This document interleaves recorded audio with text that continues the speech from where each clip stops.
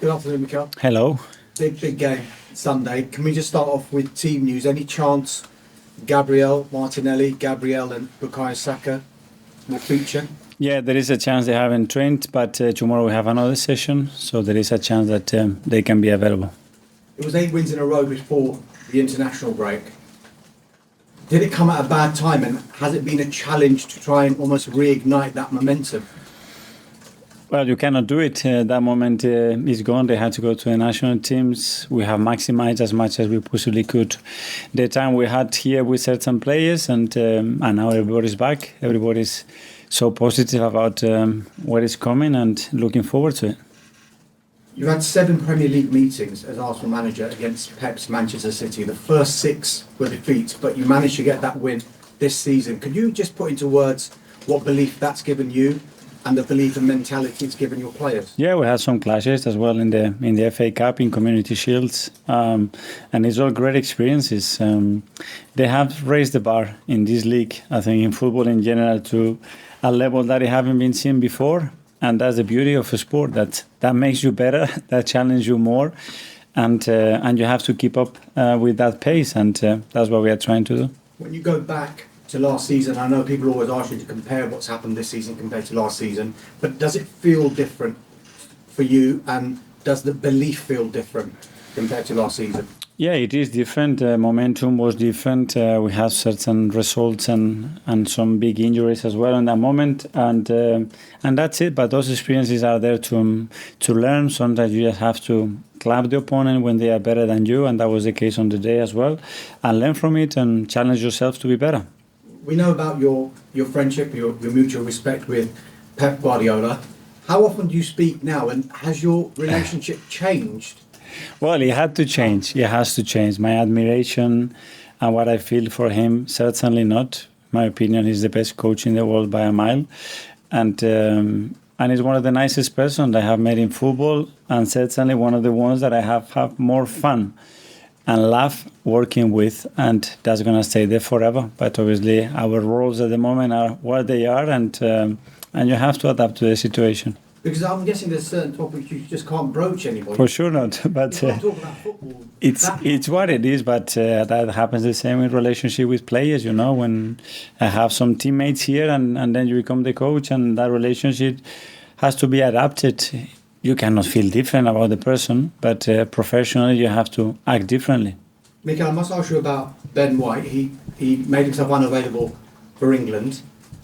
Just how is he? He received a lot of criticism, and what did you make of that criticism he's received, and have you had to speak to him? I think he has received a lot of love, and you just have to see what his teammates and what everybody in football thinks of him, the one that they've been close, and I think people have respected his decision, and hopefully one day he's prepared to represent his country in the best possible way, but that's completely up to him. Just finally on that, there's been a few debates about why he actually made himself unavailable. Can you clarify why? That's a question, and he's the one that has to reply. Worth a try. Thank you. Thank you. Hi, Mikel. Hi.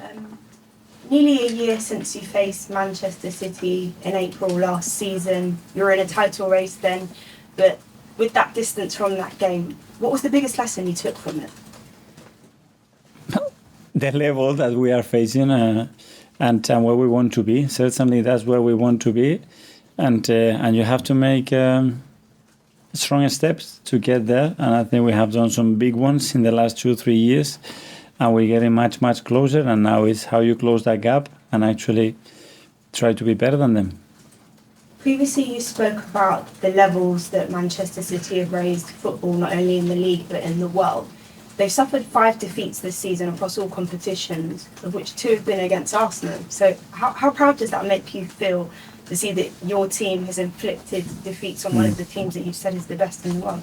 Well, that's great, but that's the competition, and the same with Liverpool. And they have earned the right, you know, for everybody to look at them as an example, because what they've done has been phenomenal to do it in this league and to do it consistently like they have done. And I think that has raised our level as well and our demands to try to be like them and beat them. You mentioned that the players coming back from the international break have been excited, that there's been a positive Yeah. vibe. For fans and neutrals, it's a very exciting time seeing Arsenal in another title race. Could you just put us in your shoes? What is it like being in this position again, going into these final 9 games, and it's so tight between yourselves, Man City, and Liverpool? Yeah, I was just watching everybody walk in the building, and I love the energy. I love the smiles. They were glad to be back. They were actually wanted to train yesterday, and the way they communicate and relate with each other is phenomenal. And we have to embrace the moment. We need to go day by day, train really well, prepare for every match, and see where this can take us. We've done a lot already to be in the position that we are, and now we have to embrace and enjoy the moment and go for it. And just finally, is this the most confident you've felt taking an Arsenal side to the Etihad since becoming the Arsenal manager? I have full belief and trust in my players and what we are trying to do. But it's something that we have to show on the pitch. Outside it's very easy to talk. Thank you, best of luck. Thank you very much. Mark. Hi, Mikel. Hi. Just another quick one on Ben, if that's okay. Were you surprised that Gareth spoke so publicly about a conversation that was actually a private matter? I don't know. That's something between them. I don't know what the arrangements were they and what they have agreed. That's completely up to them. And just again, going back to Pep, I know you talked about how close you are. Does that make it even more special for you that you're fighting for titles and potentially Champions League semi-finals against someone not only who you respect, especially but you're Probably I would prefer to do it against somebody else, that I don't have those feelings. But it's not a choice, and it's what it is, and that's it. We both want to win. We know each other very well, and we'll prepare the game to win it. I just wondered if he got you anything for your birthday. Sorry? Did he get you anything for your birthday? No, he didn't. No. And then just finally, as well as Sunday, as well as your game on Sunday, it's a big game for the women's team as well. So it could be a big and hopefully for you guys successful weekend for the club. Yes, it's a big weekend for the club. Wish them all the best for the final. I think what they're doing is incredible, and I heard that they're going to get a lot of support as well. So that's great news. So yeah, let's go for it. Thank you, Simon. Just on Pep, Mikel, you talk about being the best coach in the world. Is his ability to innovate which makes him that? You know, I think the game last season, playing long balls up to Haaland, which you don't see Man City do. John Stones this season, we've seen sort of marauding forward from centre back. Is that what makes him the best, the way he's sort of innovated? Yeah, one is it, and then because I know that and the passion that he lives the game, the intelligence, that way he handles the team as well, and the club, and how demanding he is, and then he has an incredible work ethic, and that's something that people doesn't see, but it's a lot of work behind the scene, and he's managed to do it for 3 different clubs at the top elite level every single season, you know, and that's a huge quality. Chris, a last one on Ben. Is it your hope that he does get to play for England again? Is that something you'd like to see? As manager, I want the best for him, personally and professionally, and he really needs to feel it. And if one day he does, and that's the case, yeah, I think that would be the best option for everybody, but you have to respect that. Cool. Let's look ahead now. Kaya, please. Hi, Mikel. Hi. This is the first quite a tough run of away fixtures to end the season, but you're side at top of the Premier League when it comes to away form this season. I just wondered what the sort of the secret is behind that form and how you've been able to get such good away record this season. The secret, I don't know, is we probably try to play away like we try to play at home, and have that belief and that aggression in our play. And yeah, you have to play every team twice, and we know the fixtures that we have, but we are looking forward to it. Because it was such a thing before you came that Arsenal were struggling away from home.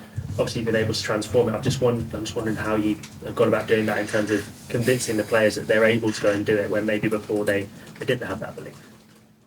Yeah, but I think that belief comes as well by winning, you know, and you start to win in one ground that you haven't won for many years, and you do it somewhere else.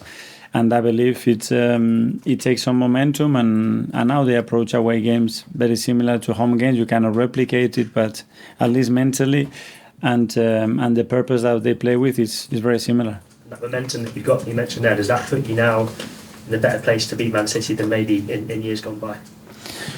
Let's hope so. And it is different actually that the previous game, what we did before we went there, and this season, and now we have to prove that on the pitch. Hi, Mikel. Hi. Obviously a big occasion on Sunday. Do you think it will affect the quality of the game at all that it's coming straight after this international break? It's a great question. I don't know. Hopefully from our side, no. And we can maintain what we've been doing and we are our best. Because there's obviously been a lot of withdrawals across Europe. I mean, do you think the March international break needs looking at in terms of where it comes in the season?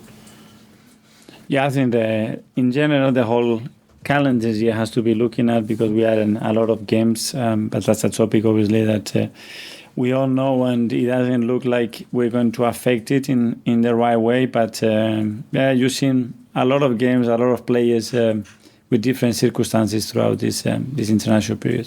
Yeah, I mean, there's always a lot of talk about players pulling out or deals struck between clubs and countries over availability. Can you give us a bit of an insight into just how much manoeuvring there is with this March break between the clubs and the country? Yeah, we try to have the best possible communication with the national teams, but at the end, they have the capacity and to select the players and use them how they feel. I always feel that they want to protect the players as well, but it's true that they have their own pressure. They have to deliver in their roles, and I will never get into their position and to tell them you can give your opinion and explain in the most open way how players are feeling and what we recommend, but then it's entirely up to them.